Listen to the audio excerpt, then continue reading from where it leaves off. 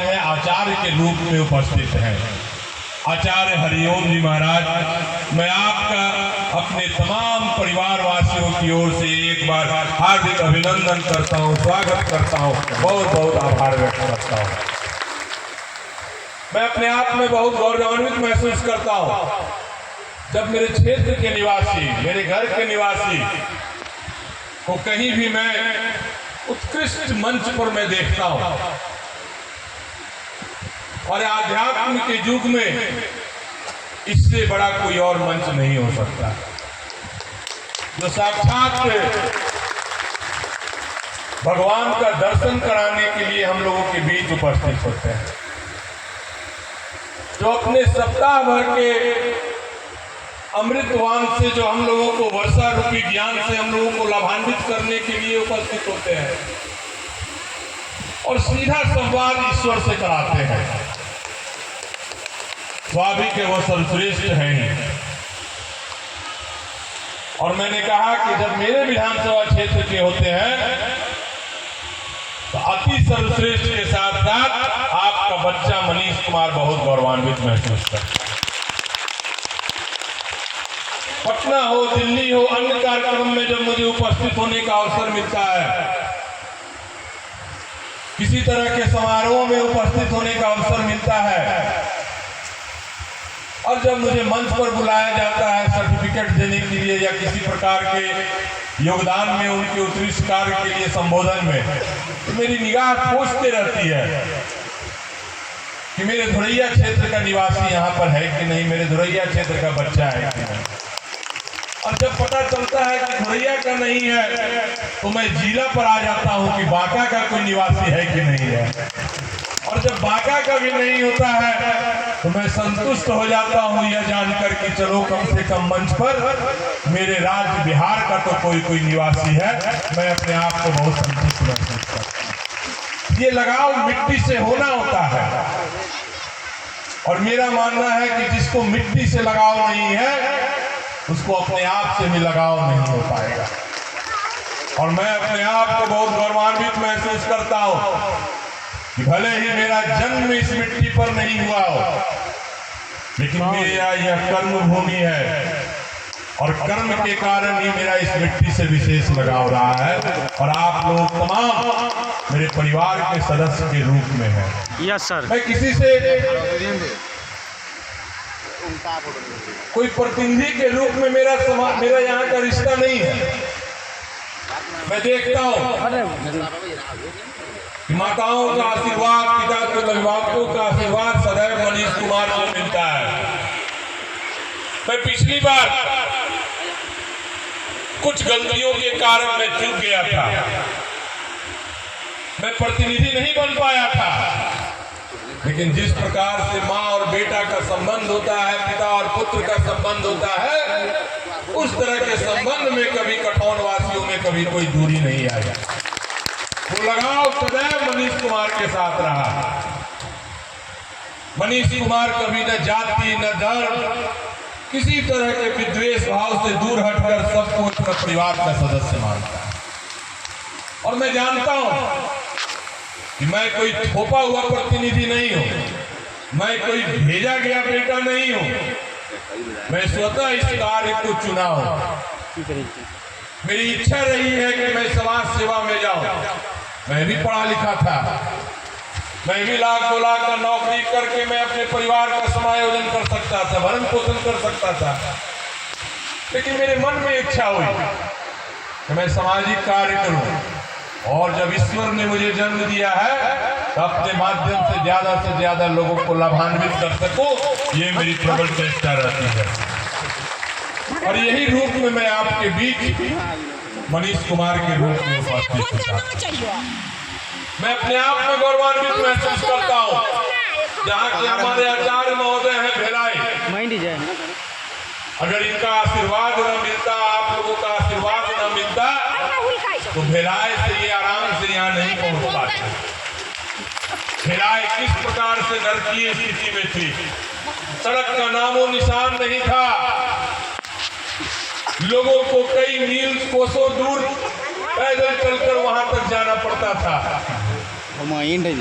लेकिन आपके आशीर्वाद से मनीष कुमार को यह अवसर मिला और मैंने निष्ठापूर्वक 100% अपने समय का, अपने कर्म का सदुपयोग करके आज अपने विधानसभा क्षेत्र अंतर्गत सभी तरफ सड़कों का जाल मैंने बिछाने का काम किया। मैं गर्व से कह सकता हूँ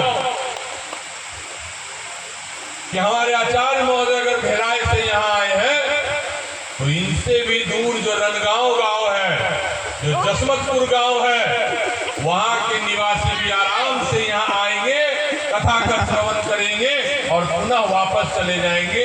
यह मैंने सड़कों का जाल इस नीतीश कुमार के सरकार में मैंने बिछाने का किया। मैं यह अपना गुणगान नहीं बता रहा हूँ, मैं उदाहरण रूप में यह बता रहा हूँ कि जिसे भी कर्म करने का अवसर मिलता है उसे 100% अपने कर्म करके सदुपयोग करना चाहिए। मैं इस रूप में बताना चाह रहा हूँ। स्वाभाविक है, सब लोग शिक्षक नहीं बन सकता, सब लोग विधायक नहीं बन सकता, सब लोग सांसद नहीं बन सकता और सब लोग नौकरी भी प्राप्त नहीं कर सकता, लेकिन ईश्वर ने हमें इस धरती पर भेजा है। माँ के कोख से हम लोग जन्म लेते हैं, पिता की मेहनत से स्कूल जाते हैं, पठन पाठन में लगते हैं, शिक्षा अध्ययन करते हैं। वह शिक्षा प्राप्त सिर्फ नौकरी करने के लिए नहीं है। शिक्षित होने का मतलब सिर्फ नौकरी नहीं करना है, शिक्षित होने का मतलब है सर्वगुण निपुण होना है। मुझे अवसर मिला अगर राजनीति करने का, मुझे अवसर मिला अगर समाज सेवा करने का, तो वही शिक्षा मुझे आगे बढ़ने के लिए हमेशा प्रेरित करेगा, अच्छे कर्म करने के लिए मुझे हमेशा प्रबल इच्छा जगाने का काम करेगा। इसीलिए शिक्षित होना अनिवार्य है साथियों। मैं फिर दोहराता हूँ कि शिक्षा सिर्फ नौकरी करने के लिए नहीं। मैं ज्यादा बीच में बाधक नहीं बनना चाहता। स्वाभाविक के आचार्य महोदय से अमृतवान ग्रहण करने के लिए हम सब लोग उपस्थित हुए हैं। कल शाम में मौसम ने करवट बदला था। जहां तक मुझे जानकारी हुई कि पंडाल वगैरह ध्वस्त हुआ था, लेकिन ये लोगों में ही प्रबल इच्छा है और ईश्वरीय ताकत है कि पुनः पंडाल टनटना के खड़ा हो जाता है और हम सब लोगों का दिनचर्या और कार्य आगे बढ़ता है। इसीलिए अध्यात्म की ओर ध्यान देना निहायत जरूरी है। वो मुझे कर्म करने के लिए प्रेरणा देता है, वो मुझे अच्छे राह पर चलने के लिए प्रेरित करता है। इसीलिए मैं कहता हूँ कि सब कर्म जरूर करे, लेकिन सत्कर्म में, पूजा पाठ में भी ध्यान रखना। अध्यात्म की ओर भी सिर्फ माताओं और बहनों का ही अधिकार नहीं है, नौजवान साथियों का भी कर्तव्य बनता है। यह नहीं कि बेचारी माँ भूखे पेट सवेरे सवेरे पूजा कर रही है। अरे वो तो पूजा हमारे लिए करती है, हमारे बच्चे के लिए करती है, आपके लिए करती है, लेकिन हम लोग का भी कर्तव्य बनता है कि उनकी इस निष्ठा के साथ साथ हम लोग भी पूजा पाठ पर ध्यान दें। और जब सत्कर्म रहेगा तो स्वाभाविक है हमारा संसार खुशहाल रहेगा, हमारा परिवार खुशहाल रहेगा, हमारा समाज खुशहाल रहेगा। मैं ज्यादा कुछ न बोलते हुए एक बार पुनः आप लोगों का मैं आभार व्यक्त करता हूँ। और मैं जब आ रहा था तो मुझे पता चला इस तरह के सात्विक कार्यक्रम के बीच में कल इसी गांव में जो पैक्स अध्यक्ष, जो सरकार की व्यवस्था है, उसमें कुछ उपद्रवियों ने, कुछ गलत शरारती तत्वों ने उसे जलाने का काम कर दिया। ये बिल्कुल नहीं होना चाहिए, ये बिल्कुल गलत कार्य है। वो पैक्स की व्यवस्था सिर्फ एक निजी व्यक्ति के लिए नहीं है, हमारे समाज के लिए होता है। ये सरकारी व्यवस्था के तहत सबको लाभ पहुंचाने के लिए होता है।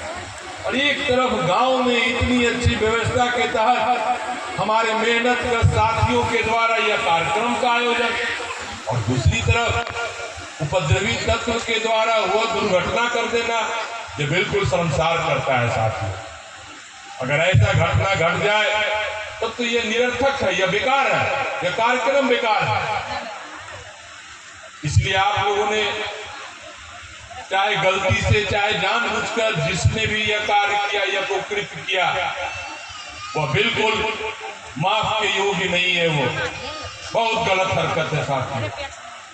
मैं एक बार पुनः आयोजन करता हमारा प्रियेश भाई, हमारे रामदेव भाई, हमारे अभिभावकगण, मैं तमाम लोगों के प्रति हृदय से एक बार पुनः आभार व्यक्त करता हूं कि आपने मुझे यहाँ आने का अवसर दिया। बहुत बहुत धन्यवाद, बहुत बहुत धन्यवाद।